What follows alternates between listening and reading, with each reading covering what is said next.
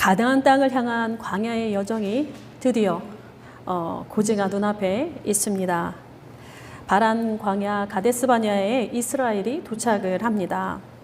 이 바란 광야는 모든 것에 있어서 분기점으로 존재합니다. 광야 여정의 분기점이요, 세대 교체의 분기점이요, 신앙의 분기점이 됩니다. 특히 인간에 의해서 하나님의 계획이 변경되는 매우 뼈아픈 분기점이 되는 것이 바로 오늘의 바란 광야입니다. 출애굽 여정이 종결되는 지점인데 이를 종결하지 못하고 길고 긴 광야 여정이 시작돼 버린 아주 고약한 지점이기도 합니다. 바란 광야의 이야기는 지금 오늘 본문의 13장부터 14장까지 쫙 걸쳐져 있습니다. 분량이 상당히 많습니다. 13장을 전반부로 14장을 후반부로 나누어 보는데 오늘 저희는 13장 전반부만 보겠습니다.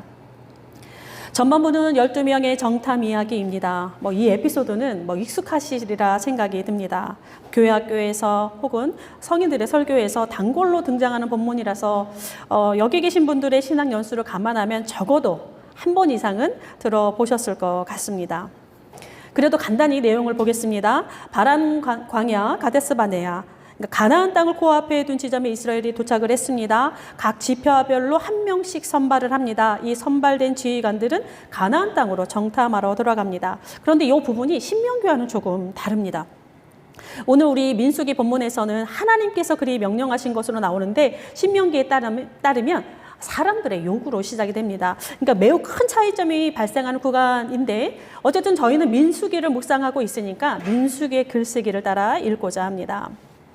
하나님께서 모세에게 말씀하셨고 모세는 그의 명령에 순종하여서 각 지파별 12명을 세웁니다. 각 지파에 수령된 자들의 이름이 쫙 나오는데 조금 낯섭니다. 1차 인구조사 12일간의 예배의 제사 형렬, 그 다음에 성막과 함께 움직이는 12진영의 대표자들의 이름이 그동안 같았습니다. 그런데 오늘은 다릅니다.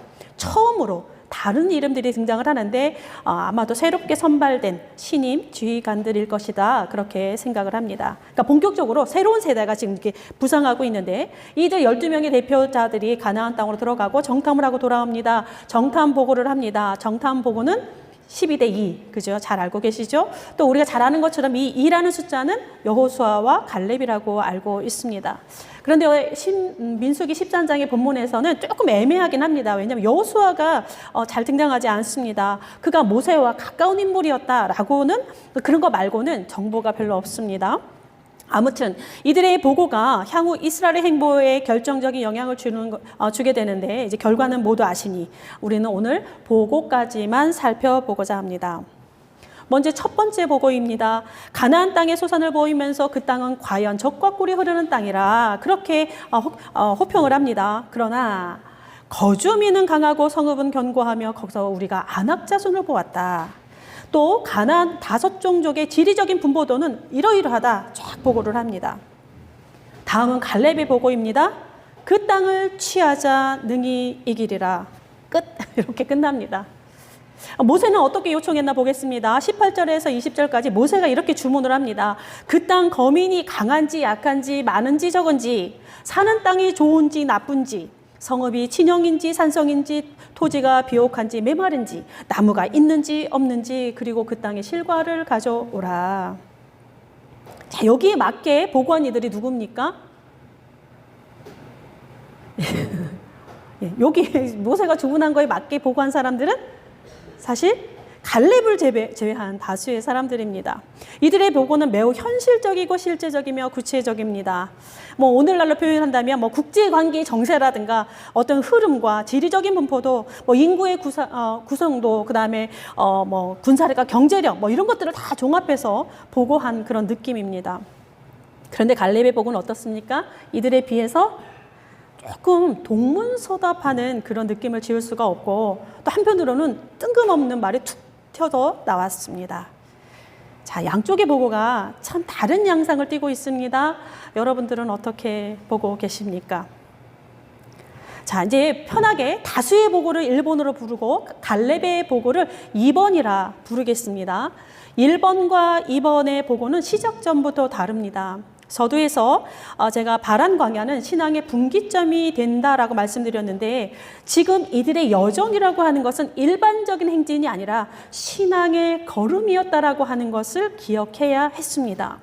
그러니까 이들이 출애굽할 수 있었던 거, 이들이 하나님께서 이들을 하나님 백성 삼았기 때문이고, 이들이 하나님 나라의 표지로서 하나님이 선택하셨기 때문에 그렇습니다. 때문에 신의 산에서 언약을 맺었고, 제사를 드리는 그런 법도라든지 삶의 어떤 저희 규정들을 만드신 이유 역시 그러합니다. 금송아지에게 예배하는 모습에 경노하신 것도 바로 이 때문입니다. 이들의 종착지 역시 동일한 신앙의 여정에서 그들의 시선으로 보아야 했습니다. 2절에 이런 표현이 있습니다. 내가 이스라엘 자손에게 주는 가나안 땅을. 자, 가나안 땅을 주시는 분이 누구냐? 하나님이다라고 하는 것을 먼저 전제하고 있습니다. 이스라엘의 능력이 아닙니다. 가나안인들의 배려심도 아닙니다. 주는 자가 따로 있습니다. 바로 하나님이라고 하는 것을 신명기 기자가 먼저 선언하고 있습니다. 1번의 보고에서는 이 주는 자 하나님이 완전히 배제되어 있습니다. 또 반대로 하나님이 이미 주신 것인데 정탐하지 않고 그냥 들어가면 될 것이지 못하러 정탐하러 갔을까라고 하는 질문도 제기할 수 있을 것 같습니다. 어쨌든 이 정탐하다라고 한 단어가 7번 등장을 하는데, 하나님이 주신 곳을 정탐하러 가는데, 자, 이 정탐하다라고 하는 단어가 굉장히 여러 다중적인 의미를 가지고 있습니다. 찾다, 탐색하다라고 하는 의미로서 사용되는데, 가장 많이 사용된 것이 전도서입니다. 전도서에서 가장 중요한 단어가 이 단어인데, 왜 중요한, 이 찾다, 탐색하다라고 하는 것은 지혜를 탐구하는 찾음, 지혜를 향한 탐색, 이거에 대한 전도자의 열정적인 욕구가 전도자의 마음을 이끌어가고 있기 때문에 그렇습니다. 그러니까 찾음이라고 하는 것, 또 탐색이라고 하는 것의 주 목적, 바로 지혜를 얻기 위함입니다. 그러니까 이러한 사용료를 기본적으로 생각한다면 12정탐꾼의 정탐 목적은 지혜를 얻기 위함이어야 했습니다. 그러니까 현실적이고 구체적인 정보를 기반으로 해서 어떻게 지혜롭게 그 땅으로 들어갈 것인가, 하나님의 방법은 무엇일까라고 하는 질문으로 이렇게 인도되어야 되는데 그러지 못했던 것 같습니다. 반면 이번 갈렙의 보고에서는 이런 표현이 등장을 합니다. 30절에 능히 이기리라. 이 말 자체만으로는 밑도 끝도 없는 그런 말처럼 들리지만, 그러나 이 말은 신앙의 여정에서 계속 이어지는 그런 연장선상에서 있는 그런 선상에서 할 수 있는 말이다 볼 수가 있는데, 여기 능히 이기리라, 우리가 이제 개역개정에는 그렇게 되어 있습니다. 히브리 원문에서는 할 수 있다 2번 연속입니다. 같은 단어가 할 수 있다 강조입니다. 강한 자신감을 나타내고 있는데, 이 할 수 있다라고 하는 단어가 야곱의 씨름과 연관되어져 있는 단어입니다. 천사와 씨름하여 이긴, 하나님과 사람으로 더불어 이긴 그 할 수 있음이 지금 갈렙의 이야기에서 드러나고 있습니다. 그러니까 갈렙의 화법은 앞서 있는 문장에서 충분히 드러나는데, 이 말을 하기 전에 그 땅을 취하자 이렇게 먼저 말을 합니다. 여기서 그 땅이라고 하는 것은 문맥상 하나님이 주신, 그러니까 하나님이 주옵니다. 하나님이 주신 땅을 의미하는데, 자, 취하다라고 하는 말 기본적으로 소유하다라고 하는 의미입니다. 빼앗다, 쫓아내다라고 하는 것, 상속하다라고 하는 의미와 동시에 사용되는데, 이 단어는 이스라엘 역사에서 굉장히 중요한 것으로 등장을 합니다. 이제 여호수아 사사기 이렇게 딱 들어가면서 언약과 관련되어 있기 때문에 그렇습니다. 언약으로 주신 땅 이꼴 빼앗아야 하는 땅입니다. 자, 이거는 사실 수천 년 전에 고대 이스라엘의 사고입니다. 조금 강도 같다는 느낌도 들지 않습니까? 전 좀 강도 같다는 느낌이 들었는데, 근데 당시의 세계가 그랬습니다. 정글의 법칙이 법칙에 따라서 운영되는 양육강식의 원리가 지배되고 강자가 법이 되는 그런 질서가 되는 시기가 바로 요 시대입니다. 이것을 우리는 감안해야 합니다. 오늘날 우리의 사고로 이해하기 어려운 부분이 많다라고 하는 것을 인정하면서 이 본문을 보았으면 좋겠습니다. 특히 구약이 대부분 그렇습니다. 특이한 것은 그런 시대, 그러니까 강자가 정글의 법칙에 따라 이렇게 움직이는 그런 세계 속에서 특이한 것은 이스라엘이 그렇게 세계를 재편할 수 있는 강자가 아니었다라는 점입니다. 그런 사람들이 지금 그럼에도 그러한 생각을 가질 수 있었다라고 하는 것이 매우 놀라운 그러한 부분이기도 합니다. 어쨌든 이와 같은 정황에서 나온 사고를 오늘 우리의 자리에서 그대로 사용하기는 어렵습니다. 또 그렇게 사용해서도 안 됩니다. 특별히 선교 현장에서 우리가 이 본문을 많이 가지고 있는데 이 시대의 사고를 그대로 적용해서는 매우 어려움이 많이 생깁니다. 아무튼 이 시대, 지금 갈렙의 시대에서 하나님께서 주신 언약의 땅은 빈집이 아닙니다. 우리 약속도 마찬가지입니다. 빈집이 아닙니다. 몰아내고 쟁취해야 하는 땅입니다. 그렇다면 그 땅을 소유하기 위해서는 무조건 일단 들어가야 된다라는 사실입니다. 진군해야 합니다. 이 단어에서 이제 그 사전적인 해석이 이렇습니다. 한번 들어보십시오. 그들은 전쟁터에서 자신들의 생명을 위험에 노출시킴으로써 하나님이 대적들을 물리치시기를 기대하며 믿음으로 응답해야 했다. 약속을 받기 위해 자신을 바쳐야 했다. 그들이 순종하는 한 하나님께서는 그들을 앞서가시며 비록 그 거민들이 이스라엘보다 많고 강하다 할지라도 그들을 쫓아내셨을 것이다. 그렇게 해석하고 있습니다. 그러니까 하나님의 백성의 의무는 무엇이냐? 약속의 땅으로 진입하는 것이요. 하나님의 의무는 무엇이냐? 그 땅 거주민들을 쫓아내는 일이다. 그렇게 해석을 하고 있습니다. 그러니까 약속의 땅을 소유하기 위해서는 가장 먼저 해야 하는 일은 바로 그곳으로 발을 내딛는 것을 말합니다. 그래야 약속의 실현이라고 하는 것은 바로 이 이스라엘의 순종 여부에 달려있는 것이기 때문에 또한 이와 같이 할 수 있는 것은 하나님을 향한 신뢰 없이는 결코 할 수 없는 일이기도 합니다. 자, 1번의 보고자들과 2번의 보고자들의 출발점이 다르니 이어지는 생각과 도출되는 행동은 극명하게 달라집니다. 또 여기서 하나 잠깐 짚고 넘어가야 하는 부분이 있는데요. 제가 보고 1번, 보고 2번 이렇게 표현을 하고 있습니다. 자, 이 본문이 다수와 소수의 싸움이 아니라는 것을 말씀드리고 싶습니다. 이러한 오해에서 거리를 두고자 함입니다. 왜냐하면 이 본문이 때때로 좀 많이 다수의 의견은 부정적인 것으로 비춰지고 소수의 의견이 진실하다라고 하는 뉘앙스로 많이 해석되어서 읽히고 있습니다. 자, 다수의 의견이라 중요하고 반대로 소수의 의견이라 존중되어야 하는 그런 논리가 우리의 기준점이 될 수는 없습니다. 우리의 기준은 다수도 아니고 소수도 아닙니다.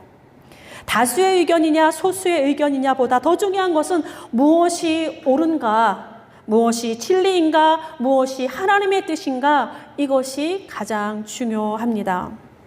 다수라서 중요하고 반대로 소수라서 소중하고 아닙니다. 우리의 다림줄은 진리이신 하나님의 말씀입니다.